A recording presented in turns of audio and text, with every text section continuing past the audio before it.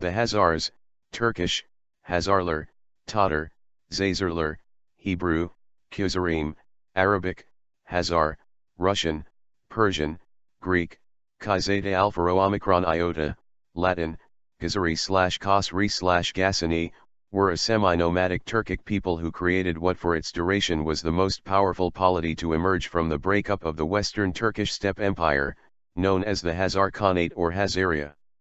Astride a major artery of commerce between northern Europe and southwestern Asia, Khazaria became one of the foremost trading emporia of the medieval world, commanding the western marches of the Silk Road and played a key commercial role as a crossroad between China, the Middle East, and Kievan Rus. For some 3 centuries, c. 659–65, the Khazars dominated the vast area extending from the Volga-Don steppes to the eastern Crimea and the northern Caucasus. Khazaria long served as a buffer state between the Byzantine Empire and both the nomads of the northern steppes and the Umayyad Empire, after serving as Byzantium's proxy against the Sasanian Persian Empire. The alliance was dropped around 900. Byzantium began to encourage the Alans to attack Khazaria and weaken its hold on Crimea and the Caucasus, while seeking to obtain an entente with the rising Rus power to the north, which it aspired to convert to Christianity. Between 965 and 969, the Kievan Rus ruler Sviatoslav of Kiev conquered the capital Atil and destroyed the Khazar state. Beginning in the 8th century, Khazar royalty and notable segments of the aristocracy converted to Judaism. The populace appears to have been multi-confessional, a mosaic of pagan, Tengrist, Jewish, Christian and Muslim worshippers and polyethnic. Khazar origins or suggestions Khazars were absorbed by many peoples, have been made regarding the Slavic Judaizing Subotniks, the Bukharan Jews, the Muslim Kumyks, Kazakhs, Nogais, the Cossacks of the Don region, the Turkic-speaking Krimchaks and their Crimean neighbors the Karaites to the Moldavian Ksangos, the Mountain Jews and others. A modern theory, that the core of Ashkenazi Jewry emerged from a hypothetical Khazarian Jewish diaspora, is now viewed with skepticism by most scholars, but occasionally supported by others. This Khazarian hypothesis is sometimes associated with anti-Semitism and anti-Zionism. Giola Nemeth, following Zoltan Gombach, derived Xäzär from a hypothetical *khazar reflecting a Turkic root Kaz, to ramble, to roam, being an hypothetical velar variant of common Turkic kes. With the publication of the fragmentary Tez and Turkin inscriptions of the Uyghur Empire, 744–840, where the form khazar is attested, though uncertainty remains whether this represents a personal or tribal name, gradually other hypotheses emerged. Louis Bazin derived it from Turkic Kaz, tyrannize, oppress, terrorize, on the basis of its phonetic similarity to the Uyghur tribal name, khazar. Andrus Ronatas connects it with Kesar, the Pahlavi transcription of the Roman title Caesar. D.M. Dunlop tried to link the Chinese term for Khazars to one of the tribal names of the Uyghur Tokazus, namely the Gisa 2930. The objections are that Uyghur Gisa/Khazar was not a tribal name but rather the surname of the chief of the Sakari tribe of the Tokazus, and that in Middle Chinese the ethnonym Khazars, always prefaced with the word Tija signifying Turk, Tija Ksa with grave bulletin, Tija Hessa, is transcribed with characters different from those used to render the qa in the Uyghur word Khazar. After their conversion it is reported that they adopted the Hebrew script, and it is likely that, though speaking a Turkic language, the Khazar chancellery under Judaism probably corresponded in Hebrew. In Expositio in Mattheum Evangelistum, Khazars are referred to as the Hunnic descendants of Gog and Magog and said to be circumcised and observing all the laws of Judaism. Linguistics. Determining the origins and nature of the Khazars is closely bound with theories of their languages, but it is a matter of intricate difficulty since no indigenous records in the Khazar language survive, and the state itself was polyglot and polyethnic. Whereas the royal or ruling elite probably spoke an eastern variety of Shis Turkic, the subject tribes appear to have spoken varieties of Lur Turkic, such as Auric, a language variously identified with Balearic, Chuvash, and Hungarian, the latter based upon the assertion of the Persian historian Al-Ayakr that the Khazar language was different from any other known tongue. One method for tracing their origins consists in analysis of the possible etymologies behind the ethnonym Khazar itself. History. The tribes that were to comprise the Khazar Empire were not an ethnic union, but a congeries of steppe nomads and peoples who came to be subordinated, and subscribed to a core Turkic leadership. Many Turkic groups, such as the Auric peoples, including Arors, Ars, Onurs, and Bular who earlier formed part of the Til Confederation, are attested quite early, having been driven west by the Sabirs, who in turn fled the Asian Avars, and began to flow into the Volga-Caspian Pontic zone from as early as the 4th century CE and are recorded by Priscus to reside in the western Eurasian steppe elands as early as 463. They appear to stem from Mongolia and South Siberia in the aftermath of the fall of the Hunnic/Xing nomadic polities. A variegated tribal federation led by these Trks, probably comprising a complex assortment of Iranian, Proto-Mongolic, Uralic, and Paleo-Siberian clans, vanquished the Ruran Khaganate of the hegemonic Central Asian Avars in 552 and swept westwards, taking in their train other steppe nomads and peoples from Sogdiana. The ruling family of this confederation may have hailed from the Awith-Makron-Shna-with-Grave clan of the West Turkic tribes, though Konstantin Zuckerman regards Awith-Makron-Shna-with-Grave and their pivotal role in the formation of the Khazars with skepticism. Golden notes that Chinese and Arabic reports are almost identical, making the connection a strong one, and conjectures that their leader may have been Ipshku, Chinese, who lost power or was killed around 651. Moving west, the confederation reached the land of the Akit, Zir, who had been important allies of Byzantium in fighting off Attila's army. Rise of the Khazar state. An embryonic state of Khazaria began to form sometime after 630, when it emerged from the breakdown of the larger Göktürk Khanate. Göktürk armies had penetrated the Volga by 549, ejecting the Avars, who were then forced to flee to the sanctuary of the Hungarian plain. The Awith-Makron-Shna-with-Grave clan, whose tribal name was Turk, the Strong One, appear on the scene by 552, when they overthrew the Rurans and established the Göktürk Khanate.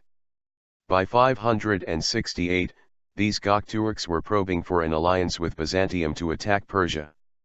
An internecine war broke out between the senior Eastern Göktürks and the junior West Turkic Khanate some decades later, when on the death of Taspir Khan, a succession dispute led to a dynastic crisis between Taspir's chosen heir, the Apa Khan, and the ruler appointed by the tribal high council, Awith-Makron-Shna-with-Grave Shitu, the Ishbara Khan.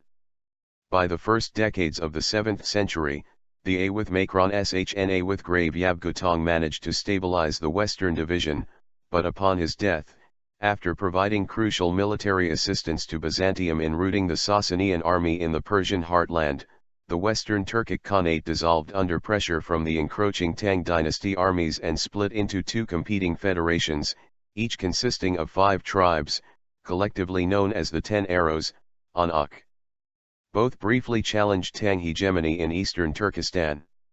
To the west, 2 new nomadic states arose in the meantime, Old Great Bulgaria under Kubrat, the Dul clan leader, and the NSHB sub-confederation, also consisting of 5 tribes. The Dul challenged the Avars in the Kuban River Sea of Azov area, while the Khazar Khanate consolidated further westwards, led apparently by an Awith-Makron-Shna-with-Grave dynasty. With a resounding victory over the tribes in 657, engineered by General Sdngfa with Makron-Ng, Chinese overlordship was imposed to their east after a final mop-up operation in 659, but the two confederations of Bular and Khazars fought for supremacy on the western steppe eland, and with the ascendancy of the latter, the former either succumbed to Khazar rule or, as under Asparuch, Kubrat's son, shifted even further west across the Danube to lay the foundations of the Bular state in the Balkans, c. 679. The Khanate of the Khazars thus took shape out of the ruins of this nomadic empire as it broke up under pressure from the Tang dynasty armies to the east sometime between 630 to 650. After their conquest the lower Volga region to the east and an area westwards between the Danube and the Dnieper, and their subjugation of the Onuabular Union, sometime around 670, a properly constituted Khazar Khanate emerges, becoming the westernmost successor state of the formidable Göktürk Khanate after its disintegration. According to Amaljan Pritzik, the language of the Onuabular Federation was to become the lingua franca of Khazaria as it developed into what Lef Gumilef called a Steppe Atlantis, Steppe Naja Atlantida / The high status soon to be accorded this empire to the north is attested by Ibn al-Bal's Fars Nama, c. 1100, which relates that the Sasanian Shah, Khusravi, Anushirvan, placed 3 thrones by his own, one for the king of China, a second for the king of Byzantium, and a third for the king of the Khazars. Though anachronistic in dating the Khazars to this period, the legend, in placing the Khazar Khan on a throne with equal status to kings of the other 2 superpowers, bears witness to the reputation won by the Khazars from early times. Khazar state, culture and institutions. Khazaria developed a dual kingship governance structure, typical among Turkic nomads, consisting of a Shad/Bak and a Khan. The emergence of this system may be deeply entwined with the conversion to Judaism. According to Arabic sources, the lesser king was called A with circumflex and the greater king Hazarzakan, the former commanded the military, while the greater king's role was primarily sacral, less concerned with daily affairs. The greater king was recruited from the Khazar house of notables, al-Bayt Ma'rfn, and, in an initiation ritual, was nearly strangled until he declared the number of years he wished to reign, on the expiration of which he would be killed by the nobles. The deputy ruler would enter the presence of the reclusive greater king only with great ceremony, approaching him barefoot to prostrate himself in the dust and then light a piece of wood as a purifying fire, while waiting humbly and calmly to be summoned. Particularly elaborate rituals accompanied a royal burial. At one period, travelers had to dismount, bow before the ruler's tomb, and then walk away on foot. Subsequently, the charismatic sovereign's burial place was hidden from view, with a palatial structure, paradise, constructed and then hidden under rerouted river water to avoid disturbance by evil spirits and later generations. Such a royal burial ground, Koruk, is typical of Inner Asian peoples.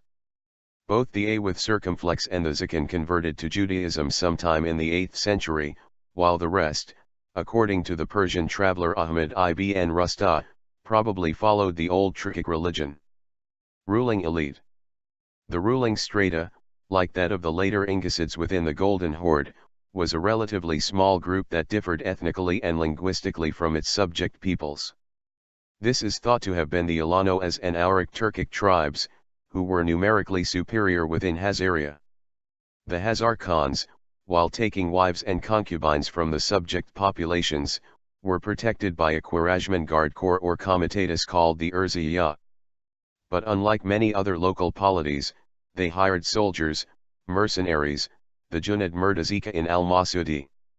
At the peak of their empire, the Khazars ran a centralized fiscal administration, with a standing army of some 7,000 to 12,000 men, which could, at need, be multiplied 2 or 3 times that number by inducting reserves from their nobles' retinues.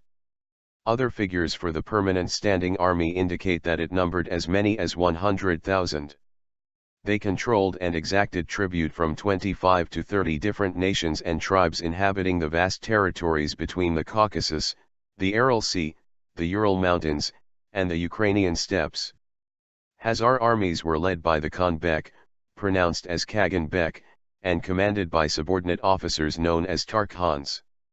When the Bek sent out a body of troops, they would not retreat under any circumstances. If they were defeated, everyone who returned was killed. Settlements were governed by administrative officials known as tuduns. In some cases, such as the Byzantine settlements in southern Crimea, a tudun would be appointed for a town nominally within another polity's sphere of influence. Other officials in the Khazar government included dignitaries referred to by Ibn Fadlan as Jaishir and Kundar, but their responsibilities are unknown. Demographics. It has been estimated that from 25 to 28 distinct ethnic groups made up the population of the Khazar Khanate, aside from the ethnic elite. The ruling elite seems to have been constituted out of 9 tribes/clans, themselves ethnically heterogeneous, spread over perhaps 9 provinces or principalities, each of which would have been allocated to a clan. In terms of caste or class, some evidence suggests that there was a distinction, whether racial or social is unclear, between white Khazars, AK Khazars, and black Khazars, Kara Khazars.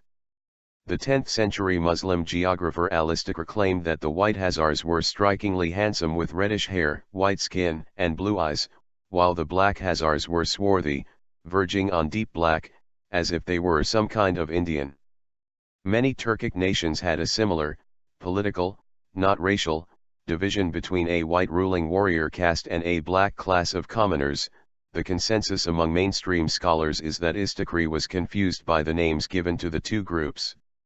However, Khazars are generally described by early Arab sources as having a white complexion, blue eyes, and reddish hair. The name of the presumed founding A with Macron Shna with grave clan itself may reflect an etymology suggestive of a darkish color. The distinction appears to have survived the collapse of the Khazarian Empire. Later Russian chronicles, commenting on the role of the Khazars in the Magyarization of Hungary, refer to them as white ogres and Magyars as black ogres. Studies of the physical remains, such as skulls at Sarkel, have revealed a mixture of Slavic, European, and a few Mongolian types. Economy.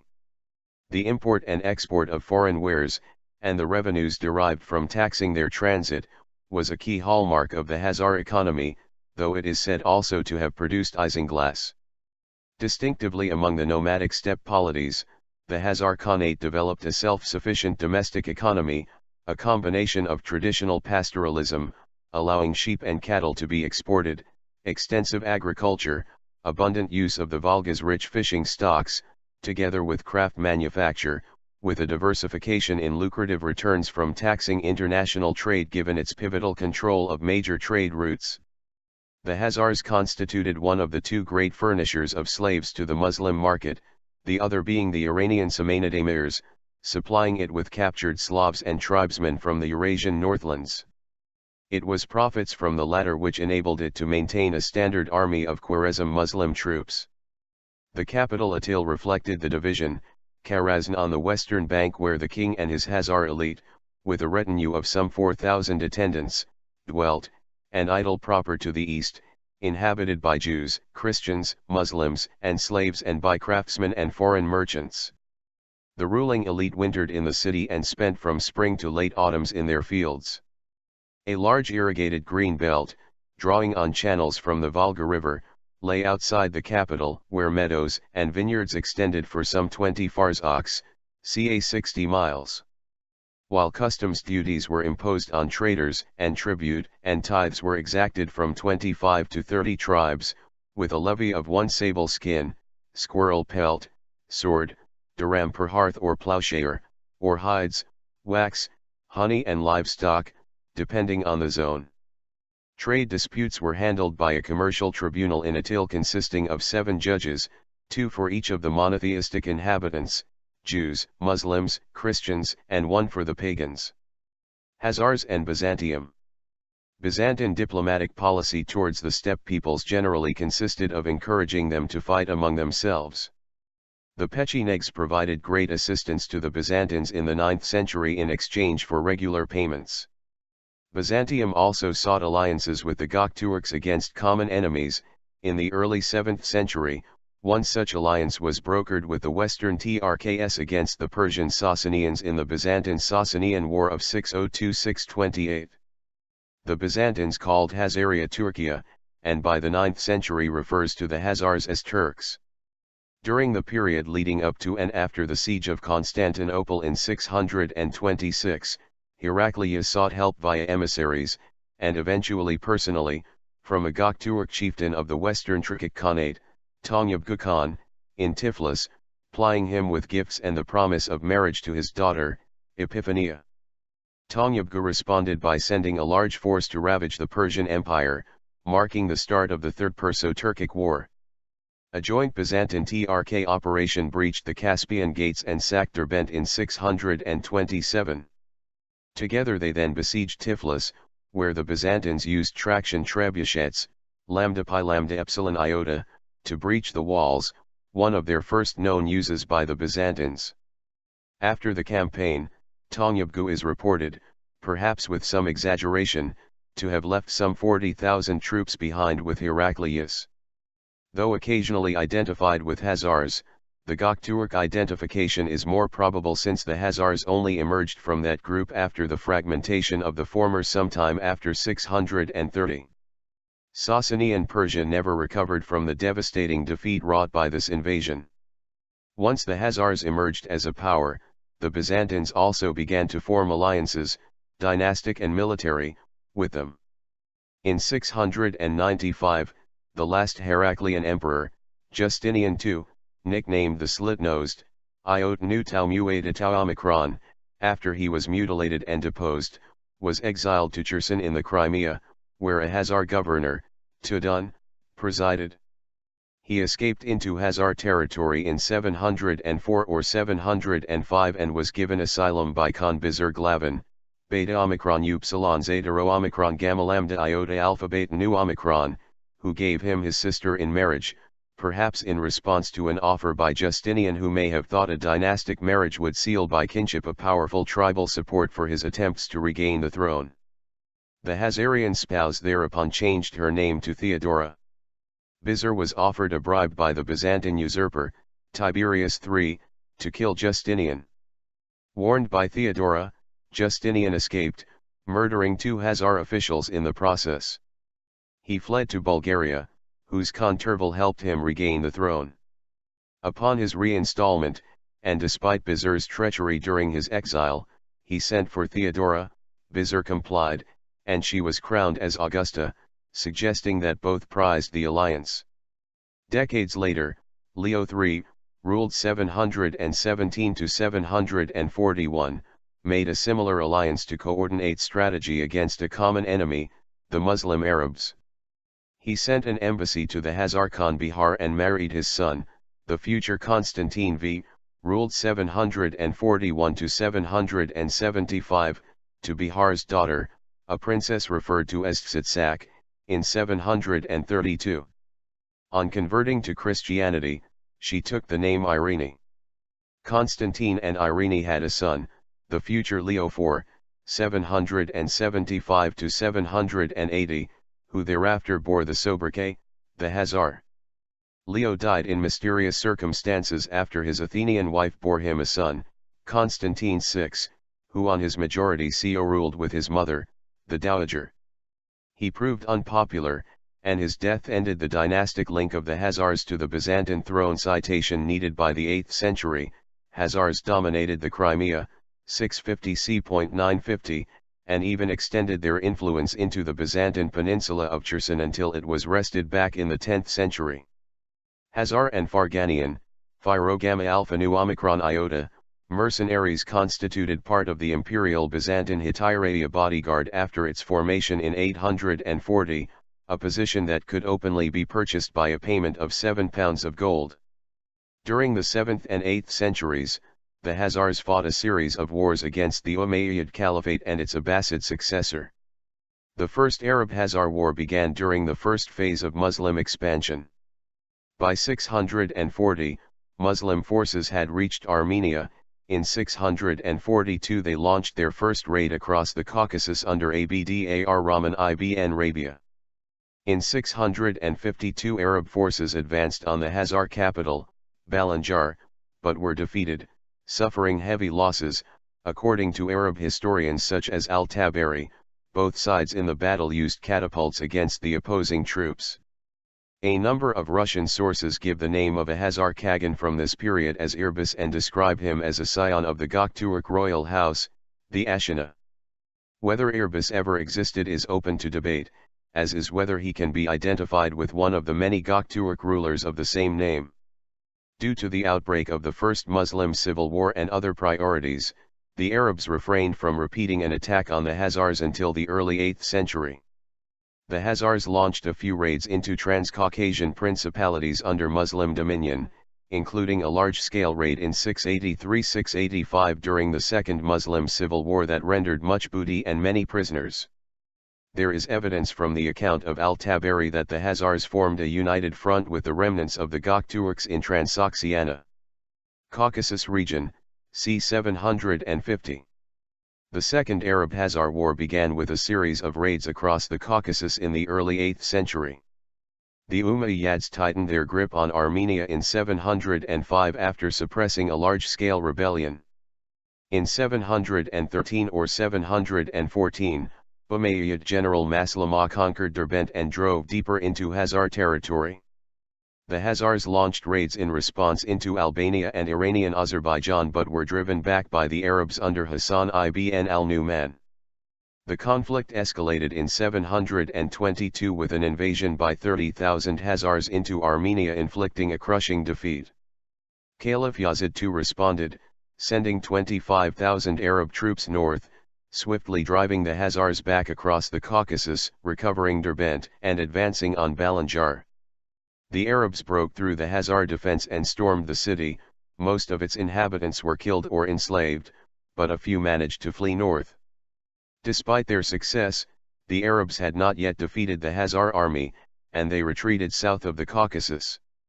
In 724, Arab general Al-Jarrah ibn Abdallah al-Hakami inflicted a crushing defeat on the Khazars in a long battle between the rivers Cyrus and Araxes, then moved on to capture Tiflis, bringing Caucasian Iberia under Muslim suzerainty.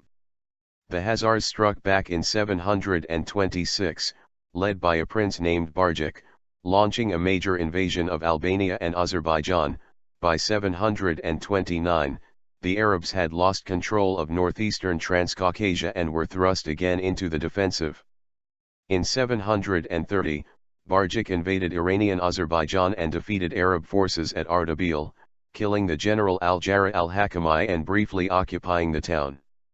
Barjik was defeated and killed the next year at Mosul, where he directed Khazar forces from a throne mounted with Al-Jarrah's severed head. Arab armies led first by the prince Maslama ibn Abd al-Malik and then by Marwan ibn Muhammad, later Caliph Marwan II, poured across the Caucasus and in 737 defeated a Khazar army led by Xäzärlär Khan, briefly occupying Atil itself.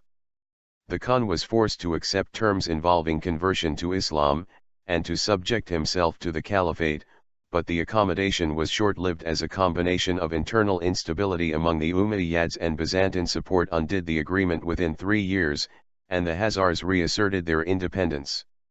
The adoption of Judaism by the Khazars, which in this theory would have taken place around 740, may have been part of this reassertion of independence. Whatever the impact of Marwan's campaigns, warfare between the Khazars and the Arabs ceased for more than 2 decades after 737.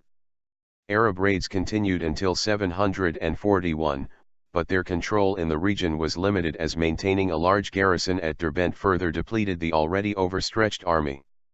A third Muslim civil war soon broke out, leading to the Abbasid Revolution and the fall of the Umayyad dynasty in 750.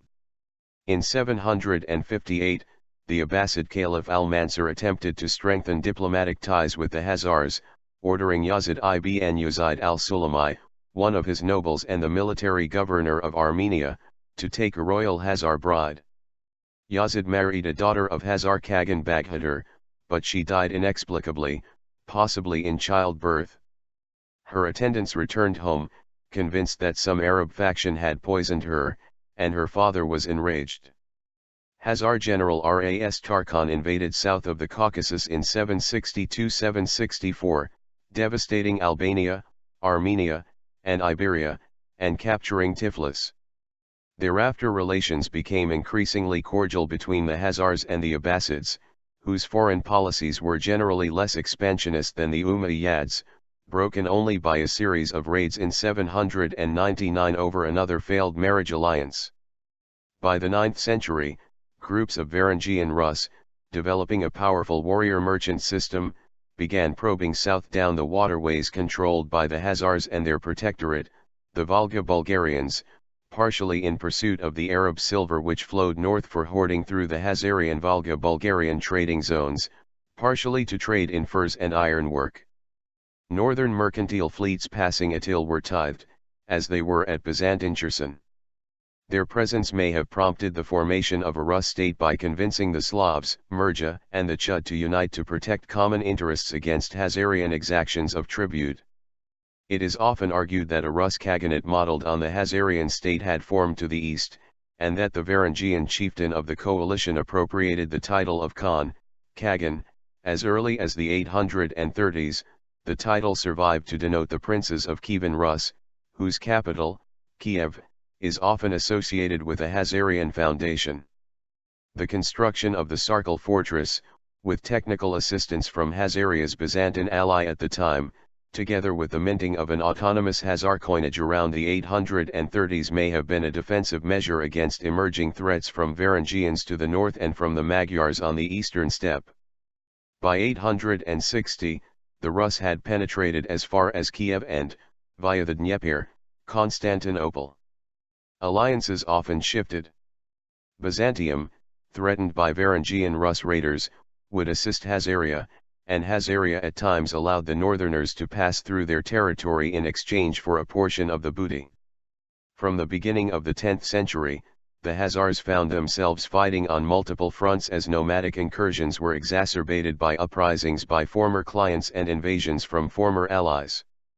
The Pax Khazarica was caught in a pincer movement between steppe Pechenegs and the strengthening of an emergent Rus power to the north, both undermining Khazaria's tributary empire. According to the Schechter text, the Khazar ruler King Benjamin, ca. 880-890 fought a battle against the allied forces of 5 lands whose moves were perhaps encouraged by Byzantium. Though Benjamin was victorious, his son Aaron too faced another invasion, this time led by the Alans, whose leader had converted to Christianity and entered into an alliance with Byzantium, which, under Leo VI the Wise, encouraged them to fight against the Khazars. By the 880s, Khazar control of the middle Dnieper from Kiev, where they collected tribute from eastern Slavic tribes, began to wane as Oleg of Novgorod wrested control of the city from the Varangian warlords Askold and Dir, and embarked on what was to prove to be the foundation of a Rus empire. The Khazars had initially allowed the Rus to use the trade route along the Volga River, and raid southwards. According to al-Masudi, the Khan is said to have given his assent on the condition that the Rus give him half of the booty.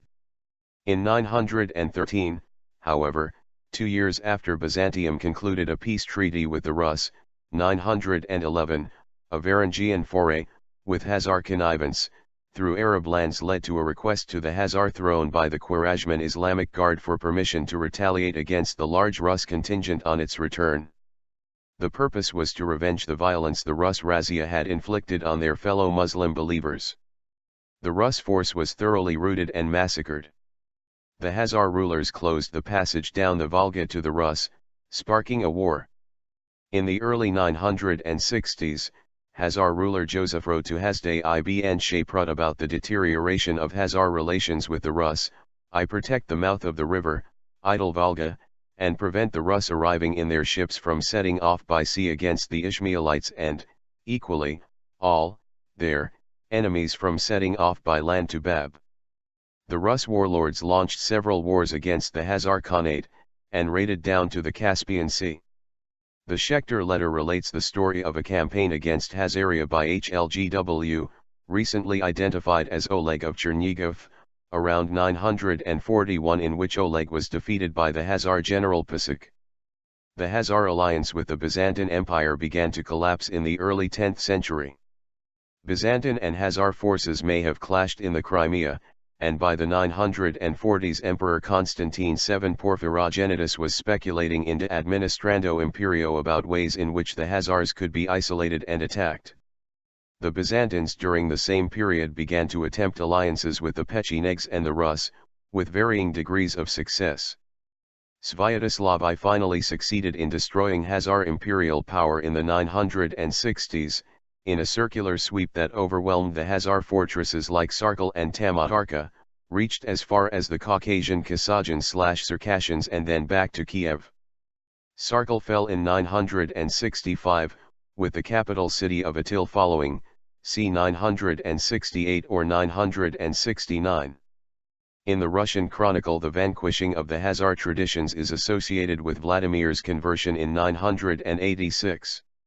According to the primary chronicle, in 986 Khazar Jews were present at Vladimir's disputation to decide on the prospective religion of the Kievian Rus. Citation needed. Whether these were Jews who had settled in Kiev or emissaries from some Jewish Khazar remnant state is unclear. Conversion to one of the faiths of the people of Scripture was a precondition to any peace treaty with the Arabs, whose Bulgar envoys had arrived in Kiev after 985. A visitor to Atil wrote soon after the sacking of the city that its vineyards and garden had been razed, that not a grape or raisin remained in the land, and not even alms for the poor were available. An attempt to rebuild may have been undertaken, since Ibn Hawkal and al-Muqaddasi refer to it after that date, but by al-Biruni's time, 1048, it was in ruins. Aftermath, impact, decline, and dispersion. Though Polyak argued that the Khazar kingdom did not wholly succumb to Sviatoslav's campaign, but lingered on until 1224, when the Mongols invaded Rus, by most accounts, the Rusogas campaigns left Khazaria devastated, with perhaps many Khazarian Jews in flight, and leaving behind at best a minor rump state. It left little trace, except for some place names, and much of its population was undoubtedly absorbed in successor hordes. Al-Muqaddasi, writing ca. 985, mentions Khazar beyond the Caspian Sea as a district of woe and squalor, with honey, many sheep, and Jews. Kedarinos mentions a joint Rus-Byzantine attack on Khazaria in 1016, which defeated its ruler Georgius Xäzärlär. The name suggests Christian affiliations. The account concludes by saying, that after Xäzärlär's defeat, the Khazar ruler of Upper Media, Sennacherib, had to sue for peace and submission. In 1024 Mstislav of Chernigov, one of Vladimir's sons, marched against his brother Yaroslav with an army that included Khazars and Kasajans in a repulsed attempt to restore a kind of Khazarian-type dominion over Kiev. Alathir's mention of a raid of Fadlan the Kurd against the Khazars in 1030 CE, in which 10,000 of his men were vanquished by the latter, has been taken, as a reference to such a Khazar remnant, but Barthold identified this Fadlan as Fadl ibn Muhammad and the Khazars as either Georgians or Abkhazians. A Kievian prince named Oleg, grandson of Jaroslav, was reportedly kidnapped by Khazars in 1079 and shipped off to Constantinople, although most scholars believe that this is a reference to the Cumans, Kipchuks or other steppe peoples then dominant in the Pontic region. Upon his conquest of Tmutarakan in the 1080s, Oleg Sviatoslavic, son of a prince of Chernigov, gave himself the title Archon of Khazaria. In 1083 Oleg is said to have exacted revenge on the Khazars after his brother Roman was killed by their allies, the Polovtsi/Cumans. After one more conflict with these Polovtsi in 1106, the Khazars fade from history. By the end of the 12th century, Petakia of Ratisbon reported traveling through what he called Khazaria, and had little to remark on other than describing its minim, sectaries, living amidst desolation in perpetual mourning. The reference seems to be to Karaites. The Franciscan missionary William of Rybruck likewise found only impoverished pastures in the lower Volga area where Ital once lay. Giovanni de Pian del Carpine, the papal legate to the court of the Mongol Khan Gayuk at that time, mentioned an otherwise unattested Jewish tribe, the Brutaki, perhaps in the Volga region. Though connections are made to the Khazars, the link is based merely on a common attribution of Judaism. The 10th century Zoroastrian Denkart registered the collapse of Khazar power in attributing its eclipse to the enfeebling effects of false religion. The decline was contemporary to that suffered by the Transoxiana Smnid Empire to the east, both events paving the way for the rise of the Great Seljuk Empire, whose founding traditions mention Khazar connections. Whatever successor entity survived, it could not longer function as a bulwark against the pressure east and south of nomad expansions. By 1043, Kimyks and Kipchaks, thrusting westwards, pressured the Uz, who in turn pushed the Pechenegs west towards Byzantium's Balkan provinces. Hazaria nonetheless left its mark on the rising states and some of their traditions and institutions. Much earlier, Xäzärlär, the Khazar wife of Leo III, introduced into the Byzantine court the distinctive kaftan or riding habit of the nomadic Khazars, the Tsitsakian, tau zeta kappa iota omicron nu, and this was adopted as a solemn element of imperial dress. The orderly hierarchical system of succession by scales, lest Vishna systema, to the Grand Principate of Kiev was arguably modeled on Khazar institutions, via the example of the Rus Khaganate. The Proto-Hungarian Pontic tribe, while perhaps threatening Hazaria as early as 839, Sarkal, developed its institutional models, such as the dual rule of a ceremonial Kendkundu and a Gyaola administering practical and military administration, under Khazar tutelage. A dissident group of Khazars, the Khazars, joined the Hungarians in their flight from the Pechenegs as they moved into Pannonia. Elements within the Hungarian population can be viewed as perpetuating Khazar traditions as a successor state. Byzantine sources refer to Hungary as Western Turkey in contrast to Hazaria, Eastern Turkey. The Gyaola line produced the kings of medieval Hungary through descent from Arpad, while the Khazars retained their traditions longer, and were known as Black Hungarians, Fakit Magyar Szag.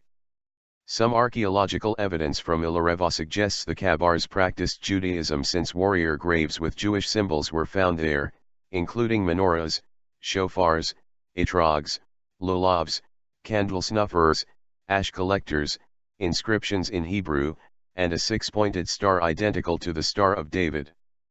The Khazar state was the only Jewish state to rise between the fall of the Second Temple, 67 to 70 CE, and the establishment of Israel, 1948, and its example stimulated messianic aspirations for a return to Israel as early as Judah Halevi.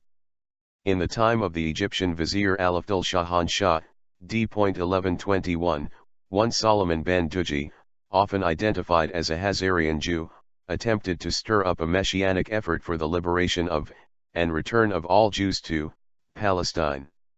He wrote to many Jewish communities to enlist support. He eventually moved to Kurdistan, where his son Menachem some decades later assumed the title of Messiah and, raising an army for this purpose, took the fortress of Ahmadiyya north of Mosul. His project was opposed by the rabbinical authorities and he was poisoned in his sleep. One theory maintains that the Star of David, until then a decorative motif or magical emblem, began to assume its national value in late Jewish tradition from its earlier symbolic use by Menachem. The word Khazar, as an ethnonym, was last used in the 13th century by a people in the North Caucasus believed to practice Judaism. The nature of a hypothetical Khazar diaspora, Jewish or otherwise, is disputed. Avraham ibn Dud mentions encountering rabbinical students descended from Khazars as far away as Toledo, Spain in the 1160s. Khazar communities persisted here and there. Many Khazar mercenaries served in the armies of the Islamic caliphates and other states. Documents from medieval Constantinople attest to a Khazar community mingled with the Jews of the suburb of Pera. Khazar merchants were active in both Constantinople and Alexandria in the 12th century. Religion. Direct sources for Khazar religion are not many, but in all likelihood they originally practiced a traditional Turkic form of cultic practices known as Tengriism, which focused on the sky god Tengri. Something of its nature may be deduced from what we know of the rites and beliefs of contiguous tribes, such as the North Caucasian Huns. Horse sacrifices were made to the supreme deity. Rites involved offerings to fire, water, and the moon, to remarkable creatures, and to gods of the road, cf. Old Turkil Tengri, perhaps a god of fortune. Sun amulets were widespread as cultic ornaments. A tree cult was also maintained. Whatever was struck by lightning, man, or object, was considered a sacrifice to the high god of heaven. The afterlife, to judge from excavations of aristocratic tumuli, was much a continuation of life on earth, warriors being interred with their weapons, horses, and sometimes with human sacrifices. The funeral of one Tudran in 711-12 saw 300 soldiers killed to accompany him to the other world. Ancestor worship was observed. The key religious figure appears to have been a shamanizing Qam, and it was these, Khazmim, that were, according to the Hazar Hebrew conversion stories, driven out. Many sources suggest, and a notable number of scholars have argued, that the charismatic A with Macron Shna with Grave clan played a germinal role in the early Hazar state, though Zuckerman dismisses the widespread notion of their pivotal role as a phantom. The A with Macron Shna with Grave were closely associated with the Tengri cult, whose practices involved rites performed to assure a tribe of heaven's protective providence. The Khan was deemed to rule by virtue of Kut, the heavenly mandate/good fortune to rule. Judaism. The conversion of Khazars to Judaism, though doubts persist, is reported overwhelmingly by external sources and in the Khazar correspondence, Hebrew documents whose authenticity was long doubted and challenged, but specialists now widely accept them either as authentic or as reflecting internal Khazar traditions.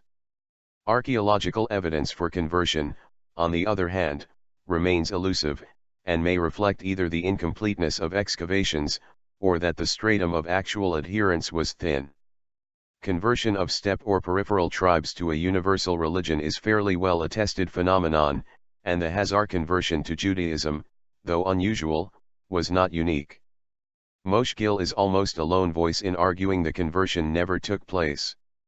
On Khazaria's southern flank, both Islam and Byzantine Christianity were proselytizing great powers. Byzantine success in the north was sporadic, though Armenian and Albanian missions from Derbent built churches extensively in maritime Dagestan, then a Khazar district. Buddhism also had exercised an attraction on leaders of both the eastern, 552 to 742, and western Khanates, 552 to 659, the latter being the progenitor of the Khazar state. In 682, according to the Armenian chronicle of Muvsas das Suranai, the king of Caucasian Albania, Varazturdad, dispatched a bishop Israel to convert Caucasian Huns who were subject to the Khazars, and managed to bring Alp Ilutyar, a son-in-law of the Khazar Khan, and his army, to abandon their shamanizing cults and join the Christian fold. The Arab Georgian martyr St. Abio, who converted to Christianity within the Khazar kingdom around 779-80, describes local Khazars as irreligious. Some reports register a Christian majority at Samandiar, or Muslim in various areas of Khazaria. Also Jews from both the Islamic world and Byzantium are known to have migrated to Khazaria during periods of persecution under Heraclius, Justinian II, Leo III, and Romanus I Kapnos.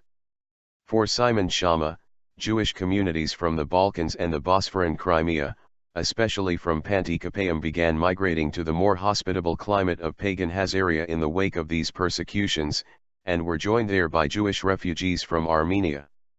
The Geniza fragments, he argues, make it clear the Judaizing reform sent roots down into the whole of the population.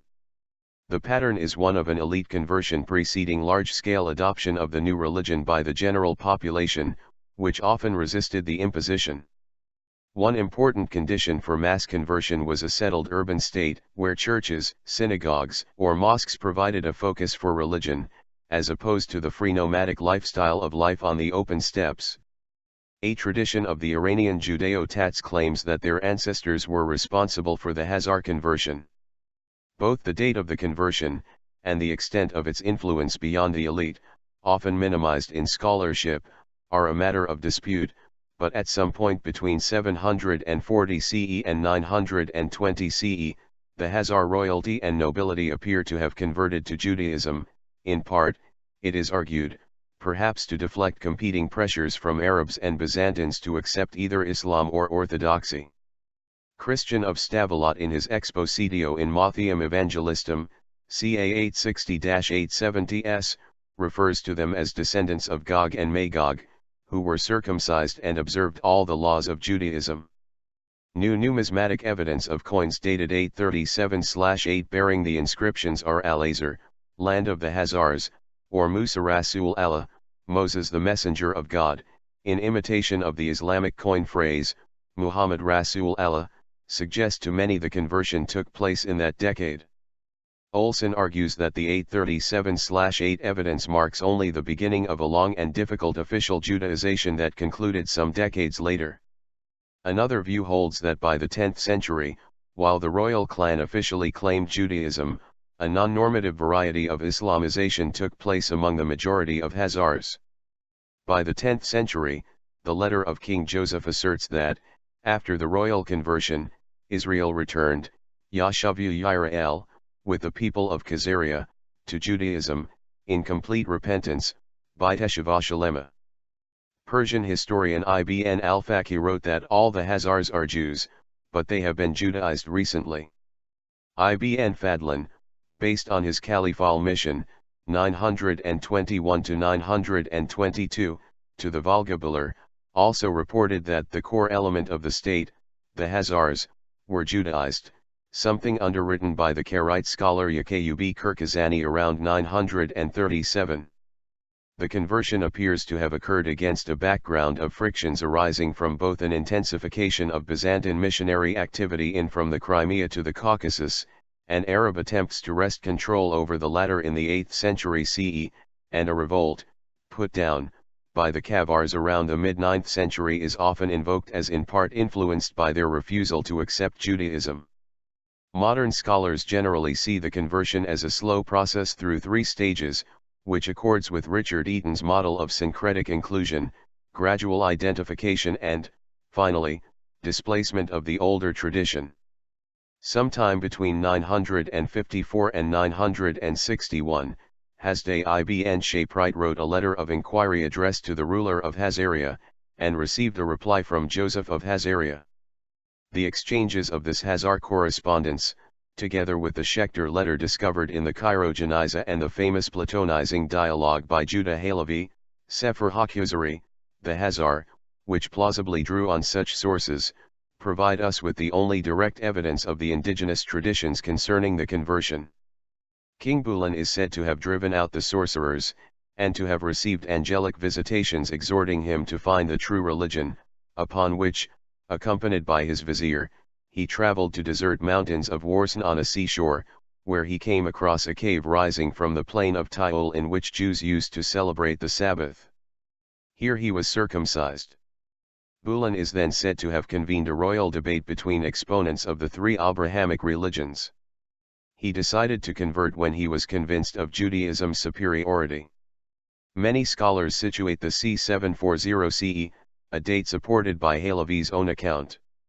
The details are both Judaic and Turkic. A Turkic ethnogonic myth speaks of an ancestral cave in which the A with macron shna with grave were conceived from the mating of their human ancestor and a wolf ant's stress. These accounts suggest that there was a rationalizing syncretism of native pagan traditions with Jewish law, by melding through the motif of the cave, a site of ancestral ritual and repository of forgotten sacred texts, Turkic myths of origin and Jewish notions of redemption of Israel's fallen people. It is generally agreed they adopted rabbinical rather than Karaite Judaism. Ibn Fadlan reports that the settlement of disputes in Khazariya was adjudicated by judges hailing each from his community, be it Christian, Jewish, Muslim, or pagan. Some evidence suggests that the Khazar king saw himself as a defender of Jews even beyond the kingdom's frontiers, retaliating against Muslim or Christian interests in Khazariya in the wake of Islamic and Byzantine persecutions of Jews abroad. Ibn Fadlan recounts specifically an incident in which the king of Khazariya destroyed the minaret of a mosque in Atil as revenge for the destruction of a synagogue in Dar al-Babunaj, and allegedly said he would have done worse were it not for a fear that the Muslims might retaliate in turn against Jews. Hasdai ibn Shaprait sought information on Khazariya in the hope he might discover a place on this earth where harassed Israel can rule itself, and wrote that, were to prove it true that Khazariya had such a king, he would not hesitate to forsake his high office and his family in order to emigrate there. Abraham Harkavi noted in 1877 that an Arabic commentary on Isaiah 48:14, variously ascribed to Sa'adia Jayan or to the Karaite scholar Benjamin Nahawandi, interpreted "the Lord hath loved him" as a reference to the Khazars, who will go and destroy Babel, i.e., Babylonia, a name used to designate the country of the Arabs. This has been taken as an indication of hopes by Persian Jews that the Khazars might overthrow the Caliphate. Islam.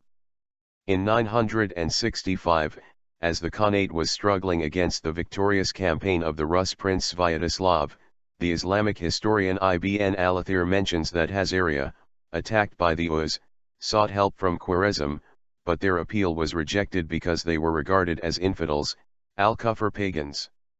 Save for the king, the Hazarians are said to have converted to Islam in order to secure an alliance, and the Turks were, with Khwarezm's military assistance, repelled.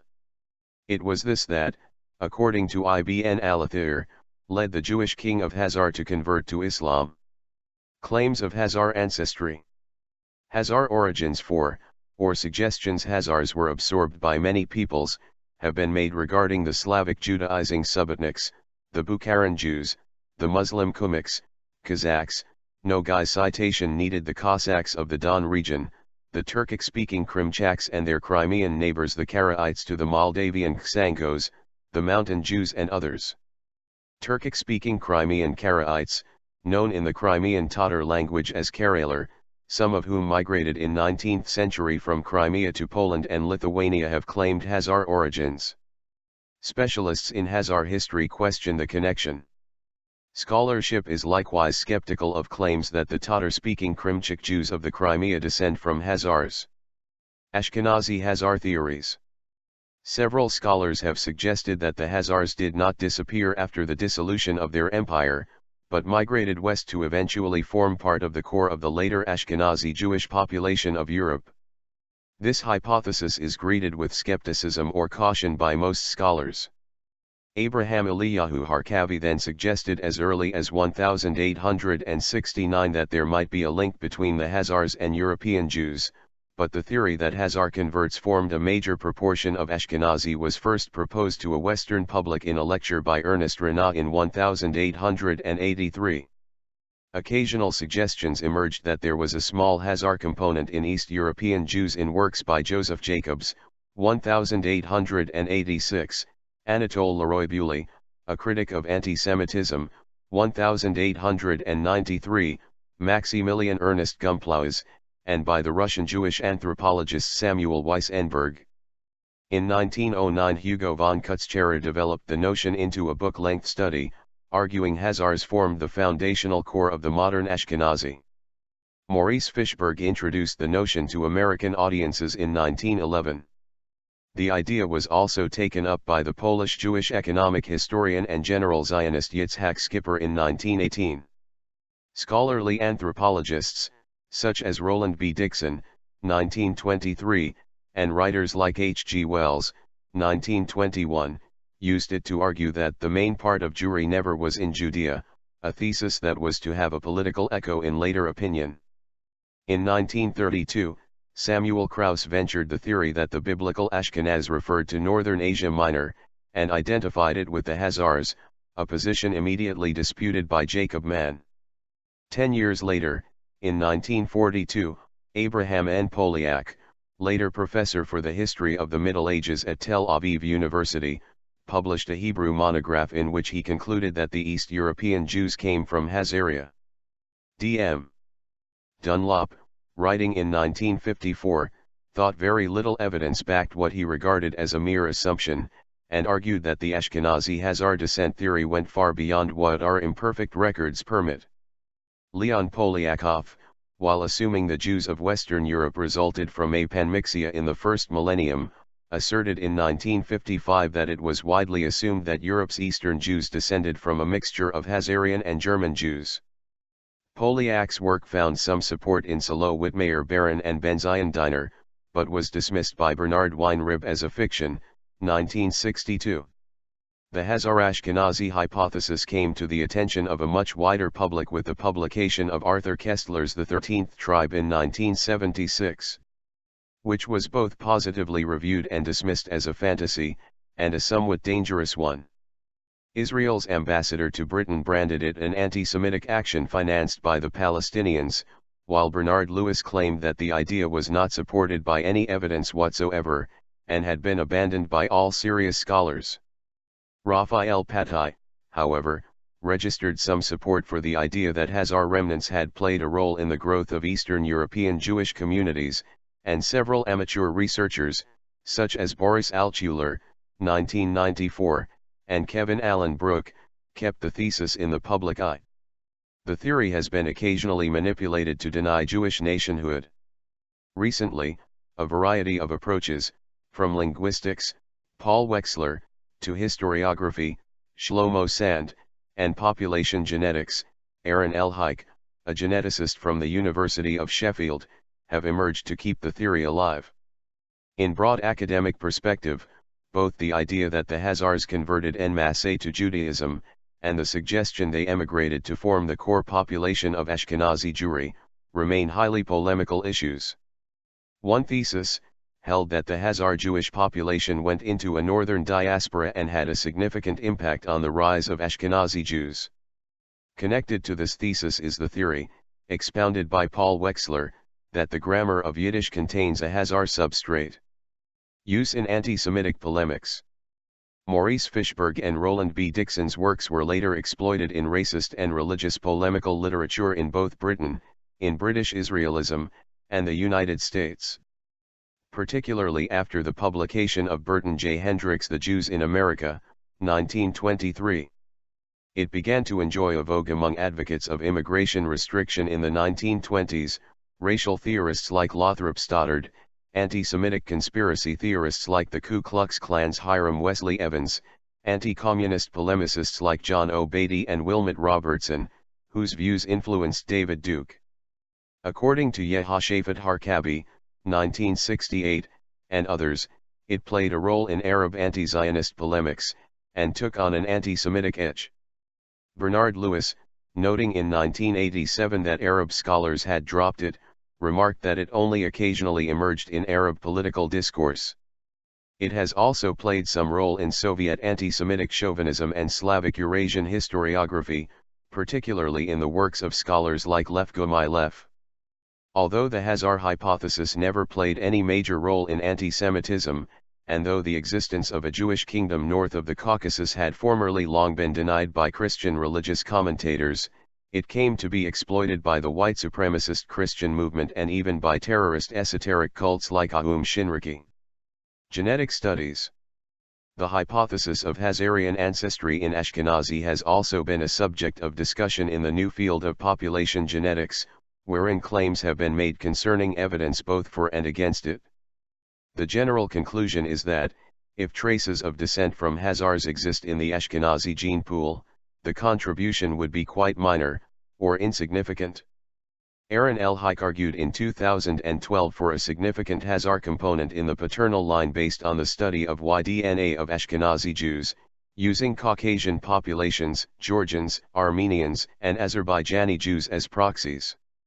According to Nadia Abu el-Hajj, the issues of origins are generally complicated by the difficulties of writing history via genome studies and the biases of emotional investments in different narratives, depending on whether the emphasis lies on direct descent or on conversion within Jewish history. The lack of Khazar DNA samples that might allow verification also presents difficulties. Crimean Karaite claims. In 1846, the Russian Orientalist Vasily Vasilyevich Grigorev, 1816–1881, theorized that the Crimean Karaites were of Khazar stock, an allegation quickly taken up outsiders though unfamiliar to the Karaites themselves at the time. Today many Karaims deny Israelite origins and consider themselves to be descendants of the Khazars. Specialists in Khazar history question the connection. Genetics. Leon Kull and Kevin Allen Brooke led the first scientific study of Crimean Karaites using genetic testing of both Y-chromosomal DNA and mitochondrial DNA, and the results showed that Crimean Karaites are indeed partially of Middle Eastern origin and related to other Jews. In literature, the Kuzari is an influential work written by the medieval Spanish Jewish philosopher and poet Rabbi Yehuda Halevi, c. 1075–1141.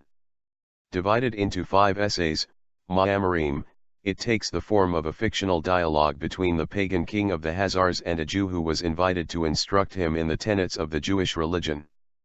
The intent of the work, although based on Hasday ibn Shayprites' correspondence with the Khazar king, was not historical, but rather to defend Judaism as a revealed religion, written in the context, firstly of Karaite challenges to the Spanish rabbinical intelligentsia, and then against temptations to adapt Aristotelianism and Islamic philosophy to the Jewish faith. Originally written in Arabic, it was translated into Hebrew by Judah ibn Taban. Benjamin Disraeli's early novel El Roi, 1833, draws on Menachem ben Solomon's story. The question of mass religious conversion and the indeterminability of the truth of stories about identity and conversion are central themes of Milorad Pavlik's best-selling mystery story dictionary of the Khazars. H.N. Turtletub's Justinian, Marek Halter's Book of Abraham and Wind of the Khazars, and Michael Chabon's Gentlemen of the Road allude to or feature elements of Khazar history or create fictional Khazar characters. Cities associated with the Khazars: Atil, Hazaran, Samandar, in the Caucasus, Balanjar, Khazarki, Sambalov, and Samiran, in Crimea and the Taman region, Kerch, Theodosia, Yevpatoria, Guzliev, Samkarsh, also called Tamutarakan, Tamatarka, and Sudak. In the Don Valley Circle. A number of Khazar settlements have been discovered in the Malakasal-Tovo region. Some scholars suppose that the Khazar settlement of Sambat on the Dnieper refers to the later Kiev. 744 to 840, where the form khazar is attested, though uncertainty remains whether this represents a personal or tribal name. Gradually other hypotheses emerged. Louis Bazin derived it from Turkic khaz, tyrannize, oppress, terrorize, on the basis of its phonetic similarity to the Uyghur tribal name, Khazar. Andrus Ronatas connects it with Khazar, the Pahlavi transcription of the Roman title Caesar. D.M. Dunlop tried to link the Chinese term for Khazars to one of the tribal names of the Uyghur Tokazus, namely the Gisa 2930. The objections are that Uyghur Gisa/Khazar was not a tribal name but rather the surname of the chief of the Sakari tribe of the Tokazus, and that in Middle Chinese the ethnonym Khazars, always prefaced with the word Tija signifying Turk, Tija Ksa with grave bulletin, Tija Hessa, is transcribed with characters different from those used to render the qa in the Uyghur word Khazar. After their conversion it is reported that they adopted the Hebrew script, and it is likely that, though speaking a Turkic language, the Khazar chancellery under Judaism probably corresponded in Hebrew. In Expositio in Mattheum Evangelistum, Khazars are referred to as the Hunnic descendants of Gog and Magog and said to be circumcised and observing all the laws of Judaism. Linguistics. Determining the origins and nature of the Khazars is closely bound with theories of their languages, but it is a matter of intricate difficulty since no indigenous records in the Khazar language survive, and the state itself was polyglot and polyethnic. Whereas the royal or ruling elite probably spoke an eastern variety of Shis Turkic, the subject tribes appear to have spoken varieties of Lur Turkic, such as Auric, a language variously identified with Balearic, Chuvash, and Hungarian, the latter based upon the assertion of the Persian historian Aliakar that the Khazar language was different from any other known tongue. One method for tracing their origins consists in analysis of the possible etymologies behind the ethnonym Khazar itself. History. The tribes that were to comprise the Khazar Empire were not an ethnic union, but a congeries of steppe nomads and peoples who came to be subordinated, and subscribed to a core Turkic leadership. Many Turkic groups, such as the Auric peoples, including Arors, Ars, Onurs, and Bular who earlier formed part of the Til Confederation, are attested quite early, having been driven west by the Sabirs, who in turn fled the Asian Avars, and began to flow into the Volga-Caspian Pontic zone from as early as the 4th century CE and are recorded by Priscus to reside in the western Eurasian steppe elands as early as 400. Between 965 and 969, the Kievan Rus ruler Sviatoslav I of Kiev conquered the capital Atil and destroyed the Khazar state. Beginning in the 8th century, Khazar royalty and notable segments of the aristocracy converted to Judaism. The populace appears to have been multi-confessional, a mosaic of pagan, Tengrist, Jewish, Christian and Muslim worshippers and polyethnic. Khazar origins for, or suggestions Khazars were absorbed by many peoples, have been made regarding the Slavic Judaizing Subotniks, the Bukharan Jews, the Muslim Kumyks, Kazakhs, Nogais, the Cossacks of the Don region, the Turkic-speaking Krimchaks and their Crimean neighbors the Karaites, to the Moldavian Ksangos, the Mountain Jews and others. A modern theory, that the core of Ashkenazi Jewry emerged from a hypothetical Khazarian Jewish diaspora, is now viewed with skepticism by most scholars, but occasionally supported by others. This Khazarian hypothesis is sometimes associated with anti-Semitism and anti-Zionism. Giola Nemeth, following Zoltan Gombac, derived Xäzär from a hypothetical *khazar reflecting a Turkic root Kaz, to ramble, to roam, being an hypothetical velar variant of common Turkic Kes. With the publication of the fragmentary Tez and Turkin inscriptions of the Uyghur Empire in 63, they appear to stem from Mongolia and South Siberia in the aftermath of the fall of the Hunnic/Xing nomadic polities. A variegated tribal federation led by these Trks, probably comprising a complex assortment of Iranian, Proto-Mongolic, Uralic, and Paleo-Siberian clans, vanquished the Ruran Khaganate of the hegemonic Central Asian Avars in 552 and swept westwards, taking in their train other steppe nomads and peoples from Sogdiana. The ruling family of this confederation may have hailed from the A with Macron Shna with Grave, clan of the West Turkic tribes, though Konstantin Zuckerman regards A with Macron Shna with Grave and their pivotal role in the formation of the Khazars with skepticism. Golden notes that Chinese and Arabic reports are almost identical, making the connection a strong one, and conjectures that their leader may have been Ipshku, Chinese, who lost power or was killed around 651. Moving west, the confederation reached the land of the Akit, Zir, who had been important allies of Byzantium in fighting off Attila's army. Rise of the Khazar state. An embryonic state of Khazaria began to form sometime after 630, when it emerged from the breakdown of the larger Göktürk Khanate.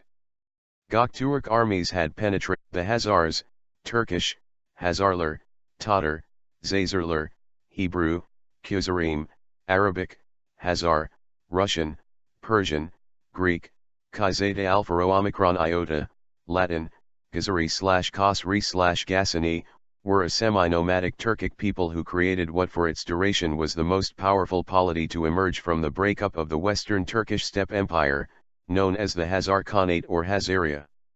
Astride a major artery of commerce between northern Europe and southwestern Asia, Khazaria became one of the foremost trading emporia of the medieval world, commanding the western marches of the Silk Road and played a key commercial role as a crossroad between China, the Middle East, and Kievan Rus. For some 3 centuries, c. 659–65, the Khazars dominated the vast area extending from the Volga-Don steppes to the eastern Crimea and the northern Caucasus. Khazaria long served as a buffer state between the Byzantine Empire and both the nomads of the northern steppes and the Umayyad Empire, after serving as Byzantium's proxy against the Sasanian Persian Empire. The alliance was dropped around 900. Byzantium began to encourage the Alans to attack Khazaria and weaken its hold on Crimea and the Caucasus, while seeking to obtain an entente with the rising Rus power to the north, which it aspired to convert to Christianity.